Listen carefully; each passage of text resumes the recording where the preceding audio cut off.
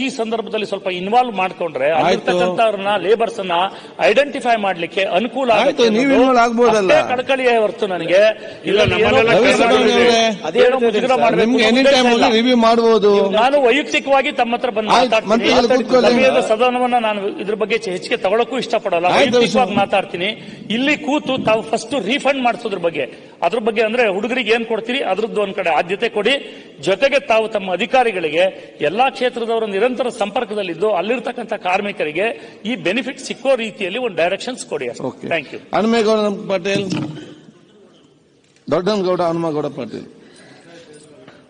ಮಾನ್ಯ ಸಭಾಧ್ಯಕ್ಷರೇ, 1580 ಪ್ರಶ್ನೆಯನ್ನ ಮಾನ್ಯ ಸಚಿವರಿಗೆ ಕೇಳೋದಕ್ಕೆ ಬಯಸ್ತೇನೆ.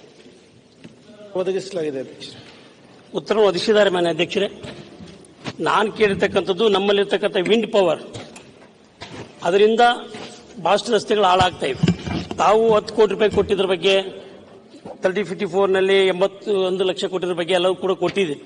ಬಟ್ ನಂದಿರ್ತಕ್ಕಂಥ ಪ್ರಶ್ನೆ ಏನು ಅಂತ ಹೇಳಿದ್ರೆ, ವಿಂಡ್ ಪವರ್ ಅಡ್ಡಾಡಿ ನಾವೆಷ್ಟು ರಸ್ತೆಗಳು ಮಾಡ್ಬೋದು, ಇದರಲ್ಲಿ ಏನು ಹಾಳಾಗಿದ್ದಾವೆ ಕೆಲವೊಂದಿಷ್ಟು ಮಾತು ತೊಗೊಳಕ್ಕೆ ಸಾಧ್ಯ ಆಗ್ತದೆ. ನಾ ಎಲ್ಲವನ್ನು ಕೂಡ ತಂದಿದ್ದೇನೆ. ನಮ್ಮಲ್ಲಿ ಅಲ್ಲಿರ್ತಕ್ಕಂಥದ್ದು ಅವರು ನೋಟಿಸ್ ಕೊಟ್ಟಿದ್ದೇವೆ ಅಂತಕ್ಕಂಥ ಮಾತನ್ನು ಕೂಡ ತಾವು ಹೇಳಿದೆ. ಯಾವುದೇ ನೋಟಿಸ್ ಕೊಟ್ಟರು ಕೂಡ ಅವ್ರು ಕ್ಯಾರೆ ಅನ್ನೋದಿಲ್ಲ.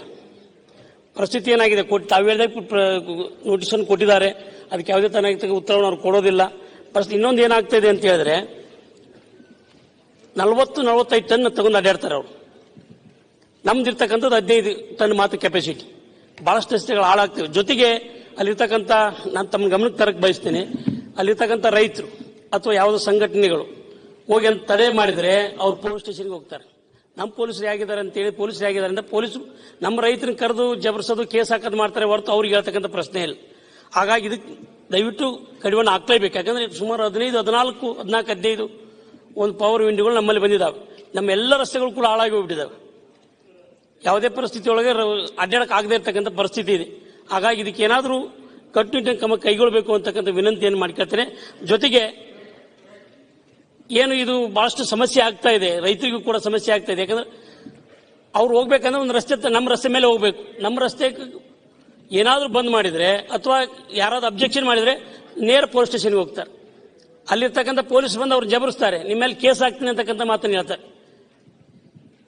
ಅಂದ್ರೆ ಸರ್ಕಾರ ರೈತರ ಪರವಾಗಿರ್ಬೇಕಾ ಅಥವಾ ಏನು ಅವ್ರ ಪರವಾಗಿರ್ಬೇಕಂತಕ್ಕಂಥ ಕೂಡ ತಾವು ಆಲೋಚನೆ ಮಾಡಬೇಕು ಅಂತಕ್ಕಂಥ ಮಾತನ್ನು ಹೇಳ್ತೇನೆ. ಹಾಗಾಗಿ ಬರೀ ನೋಟಿಸ್ ಕೊಟ್ಟರೆ ಸಾಲದು, ನೋಟಿಸ್ ಮೇಲೆ ಏನು ಕ್ರಮ ಕೈಗೊಂಡಿದ್ದಾರೆ ಅನ್ನೋ ಬಗ್ಗೆ ತಾವು ಕ್ಲಾರಿಟಿ ಕೊಡಬೇಕು ಅಂತಕ್ಕಂಥ ವಿನಂತಿಯನ್ನು ಮಾಡ್ತಾರೆ. ಸನ್ಮಾನ್ಯ ಅಧ್ಯಕ್ಷರೇ, ಮಾನ್ಯ ಗ್ರಾಮೀಣಾಭಿವೃದ್ಧಿ ಸಚಿವರನ್ನು ಅವರಿಗೆ ಪೂರಕವಾದ ಒಂದು ಪ್ರಶ್ನೆಯನ್ನು ಕೇಳಲಿಕ್ಕೆ ಇಚ್ಛೆಪಡ್ತೇನೆ. ದೊಡ್ಡನಗೌಡರು ಎತ್ತಿದಂತ ವಿಷಯ, ನಮ್ಮ ಹಳ್ಳಿಗಾಡಿನಲ್ಲಿ ಎಲ್ಲೆಲ್ಲಿ ಓಪನ್ ಲ್ಯಾಂಡ್ ಇದೆಯಲ್ಲ, ಈ ವಿಂಡ್ ಮಿಲ್ಲು, ವಿಂಡ್ ಪವರ್ ಹವಳಿ ಜಾಸ್ತಿ ಆಗಿದೆ. ನಮ್ಮ ಜಿಲ್ಲಾ ಪಂಚಾಯತಿ ರಸ್ತೆಯಲ್ಲಿ ಅವ್ರ ಗಾಡಿ ಯಾವ್ದು ಹೋಕ್ಕವು, ಎಲ್ಲ ರಸ್ತೆ ಹಾಳಾಕವು. ಮೊದಲು ಹಾಳಾಗುವಾಗ ಏನ್ ಹೇಳ್ತಾರ ಸನ್ಮಾನ್ಯ ಅಧ್ಯಕ್ಷರೇ, ಉಪಾಧ್ಯಕ್ಷರೇ, ನಾವು ರಸ್ತೆ ಮಾಡಿಕೊಡ್ತೇವೆ ಅಂತಾರ. ಆಮೇಲೆ ಅವ್ರು ಒಮ್ಮೆ ವಿಂಡ್ ಮಿಲ್ ಎಸ್ಟಾಬ್ಲಿಷ್ ಆತಂದ್ರೆ ಯಾರಿಗೂ ಹೊಳ್ಳಿ ನೋಡುದಿಲ್ಲ. ಪೊಲೀಸರು ಸಹಿತ ನಾನು ನೇರವಾಗಿ ಹೇಳ್ತೇನೆ, ಅವ್ರ ಮಾತಾ ಕೇಳ್ತಾರ.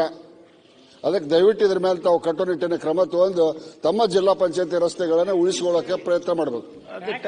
ಸಮಸ್ಯೆ ಮಾನ್ಯ ಅಧ್ಯಕ್ಷರೇ, ನಾವು ಉತ್ತರ ಕೊಡಬೇಕಾದಾಗ ಎಷ್ಟು ಅನುದಾನವನ್ನ ಕ್ಷೇತ್ರಕ್ಕೆ ಕೊಟ್ಟಿದ್ದೀವಿ ಅಂತ ನಾನು ಉಲ್ಲೇಖಿಸಿದ್ದೀನಿ ಅಧ್ಯಕ್ಷರೇ.